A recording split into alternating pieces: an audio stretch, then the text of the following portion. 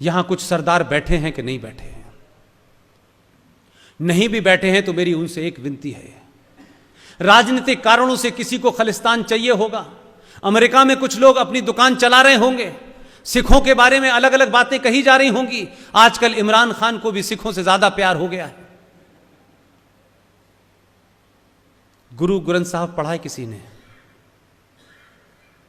उन्हीं सिखों से जो सनातन से निकले हुए हमारे एक भाई हैं, उनसे पूछना चाहता हूं, गुरु ग्रंथ साहब के अंदर 8344 बार हरि का जिक्र आया है, हरि शब्द आया है उसके अंदर। उसी गुरु ग्रंथ साहब के अंदर 2533 बार भगवान राम का जिक्र आया है।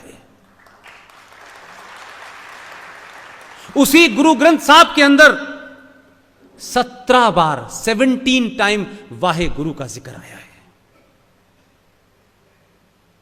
है कोई किताब ऐसी? हमसे कहा जा रहा है कि सिख अलग हैं, ये अलग लोग हैं। अलग नहीं हैं, राजनीतिक हालात के चलते इनको अलग बना दिया गया। ये हम में से गए थे, हमारे परिवार में से गए थे, इनको हमारे धर्म की रक्षा करने के लिए एक पुरुषार्थी आदमी को भेजा गया था। इनका पूरा इतिहास सनातन को बचाने में चला गया है।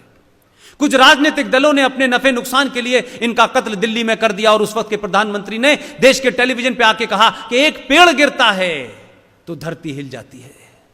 अब उनके पास धरती नहीं है,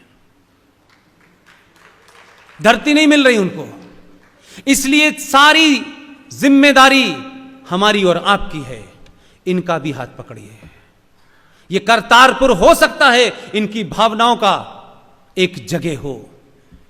मैं नहीं कह रहा इस धर्म का वो आदमी जिसने कई बेहतरीन दुनिया की किताबें लिखी हैं, वो किस पार्टी का है वो मेरे लिए महत्वपूर्ण नहीं है, लेकिन आज की डेट में पंजाब के अंदर अगर सबसे ज्यादा कोई राष्ट्रवादी मुख्यमंत्री है, उसका नाम है कैप्टन अमरिंदर सिंह। वो किस पार्टी का है ये महत्व नहीं है। उसमें अपनी पार्टी के खिलाफ जाके ये कहने की हिम्मत थी कि ये करतारपुर में जानता हूं क्यों बना है, इसमें पाकिस्तान का नाफेरियस एजेंडा है।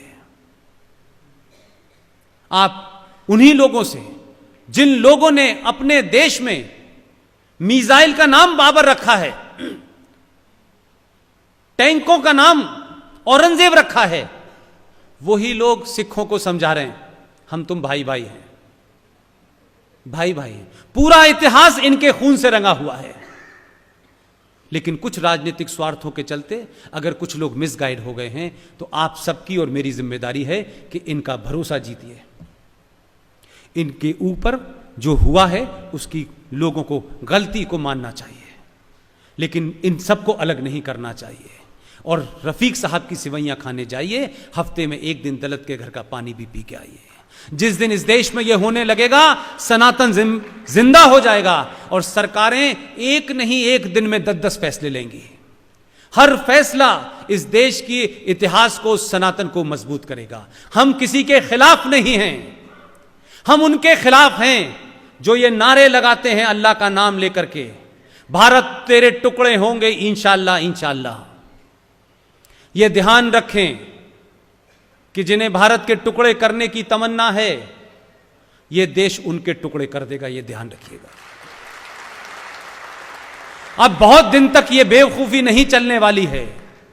इस देश ने 1000 साल के बाद करवट ली है। ये वापस किसी भुलावे में, किसी गुमराह में, किसी पॉलिटिकल जार्गन में मत फंसिएगा। आपकी राजनीति कोई भी हो, आपका राष्ट्र एक है। सरकारें आती हैं, देश में सरकार बनाती हैं, सरकार आती है चली जाती है, लेकिन राष्ट्र समाज बनाता है। इसलिए समाज की ज्यादा जिम्मेदारी है कि वो राष्ट्र बनाए।